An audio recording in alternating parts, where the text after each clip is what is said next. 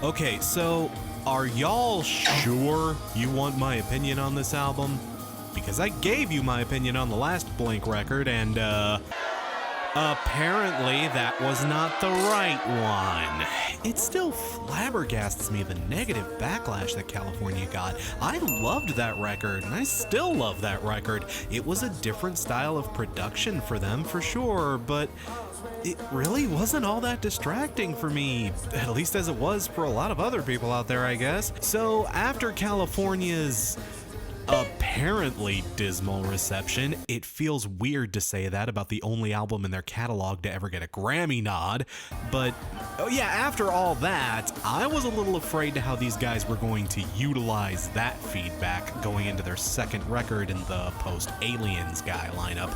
After I heard the first single, I got even more afraid because I thought, oh no, damn it, oh, they're gonna go full pop, they're gonna pull a Sleeping with Sirens because this didn't do so hot, and they're gonna suck, and it's gonna completely kill their career. And why are they touring with Lil Wayne? How could they not see that was a bad idea? Even as a California defender, it appeared, on the surface at least, that Blink were starting to steer the ship in some very questionable directions. But after having sat down to hear the whole album, I can pretty much sum up my review of this album in one word.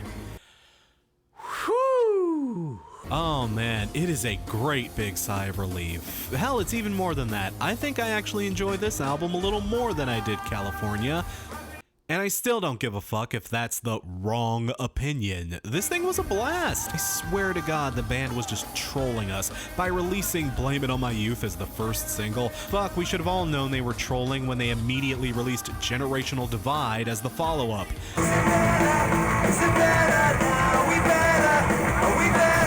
I hate to say it, but I think we totally got MJF'd here. They worked us right into a shoot like the good golly bunch of marks we are. But thankfully, the album as a whole isn't like Blame It On My Youth. To be honest, it's quite the opposite. This is a fairly heavy record.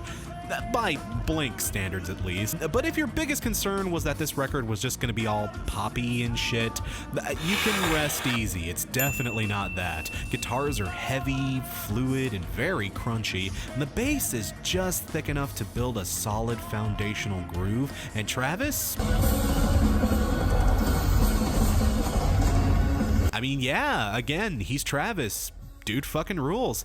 Not that there aren't some pop influences here. There's more than a fair smattering of keyboards and electronica found on this thing. I even think I caught some light sampling here or there. While this album didn't turn out to be the sellout glitter pop monster we were all afraid it was gonna be, I don't know, some of the pop elements here do push maybe a little too far. It's genuinely befuddling the amount of drum machine on this record when, you know, y'all ain't need this. Why is this here? I mean, yeah, Blame It On My Youth is definitely a thing, but again, it turned out not to be nearly as bad as we thought it was gonna be. Hell, after hearing the song in the context of the entire album, I think I actually kind of like Blame It On My Youth now. It serves as a nice change of pace from things. It's a bit of a palate cleanser. Hearing it in context of the album has it make a lot more sense.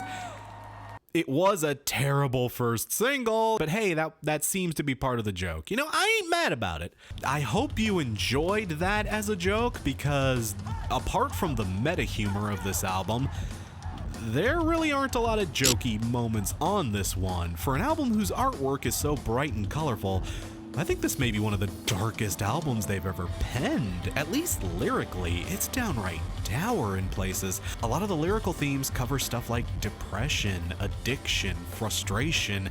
Heaven was written about the Thousand Oaks shooting, and Black Rain is a song about the child abuse running rampant through organized religion.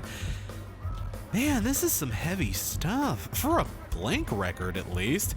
All you lot getting salty over California scared all the naked dudes away from Mark's pool, and now he's all depressed. Shame on you for that. Shame, shame. In fact, this record, with its heavier sonic style and its darker lyrics and tone, it almost feels like an Alkaline Trio record in moments, which, I mean, A, makes sense, and B, I'm not going to complain about that because I mean, it's not a full-blown Alkaline Trio record. The pop influences are still way too prevalent here, and Mark and Travis are just two completely different animals from Dan and Derek. I have to admit, for those of you guys that love Blank and don't really care for Trio, that may be a legit stepping stone. But on that same page, this is probably Skiba's strongest performance as a member of Blink so far. He definitely left a very noticeable mark on this record, and you know, I'm here for it. This album is definitely a curveball, especially for your average Blink fan. Like, I don't know, I have no idea how the fan base is taking this record. I hope y'all have found some goddamn chill from the last one, but you know, whatever my 2 cents may be worth here, I really loved this album. It's a bold little piece of experimentation and chemistry blending that I really enjoyed, and I think if you keep an open mind about this one, you'll discover that this album wasn't the big bad boogeyman you were afraid it was gonna be. Sincerely, give it a shot. Or just, you know, drown me in Stan bullshit like you did last time. I mean, I don't know, y'all. I liked it. 9 gets 4.5 heel heats out of 5. Super special thanks to Brad and Darren